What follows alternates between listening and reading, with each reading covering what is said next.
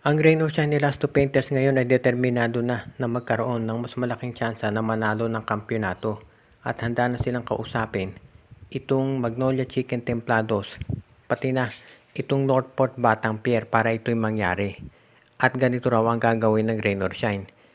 I-offer na nila itong 6'7 nila na center na si Luis Villegas dito sa Magnolia Chicken Templados.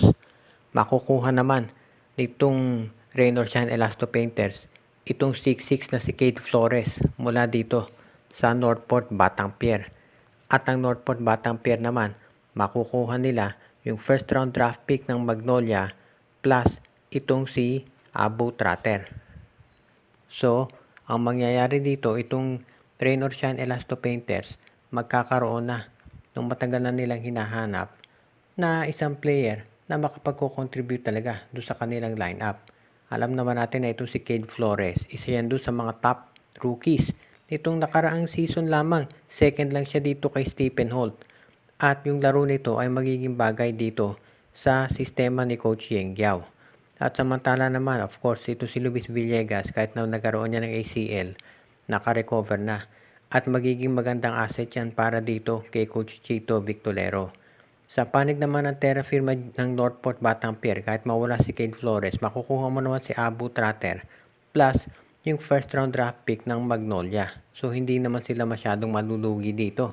Plus tandaan natin si JM Calma, babalik na rin yan dahil nakaka-recover na doon sa kanyang ACL.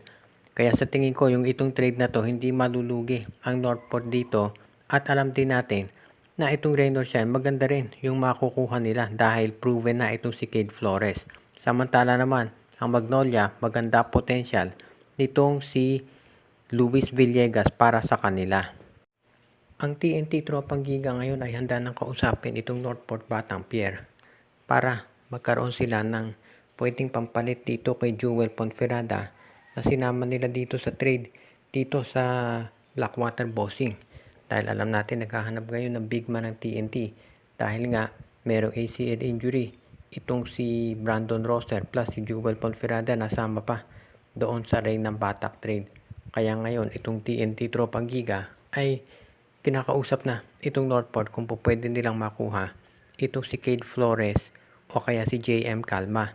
Hindi pa natin natitiyak kung papayag dito ang Northport pero kinakailangan din na siyempre masulit naman yung kapalit. Medyo magiging mahigpit yung negosasyon dito dahil alam natin Northport SMC team yan at karibal nila itong TNT. Pero mukhang ang TNT raw talaga naghahanap ng big man na pwede nilang magamit.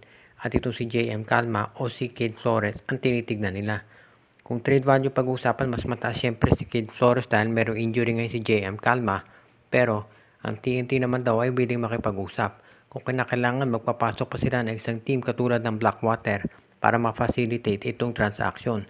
Sa ngayon kasi itong TNT Tropang Giga determinado na ayusin yung kanilang front court. Alam natin tumatanda na itong si Kelly Williams at rookie pa lang itong si Henry Galinato. Kaya gusto nila ngayon kausapin itong Northport Batang Pier kung diyan sila pwedeng kumuha ng player. Ang tanong ay kung sino hihilingin kapalit nitong Northport Batang Pier. Alam natin na itong Northport marami silang mga wingmen ngayon. So malamang big man ang gustuhin niya na ipalit dito kay Cade Flores kung sakasakali. Since walang big man itong TNT na may offer, malamang ay magpasok ng ibang team dito na pwedeng magamit para masakatuparan itong gustong transaksyon na gawin ni Coach Shot Reyes sa koponan ng Northport Batang Pier.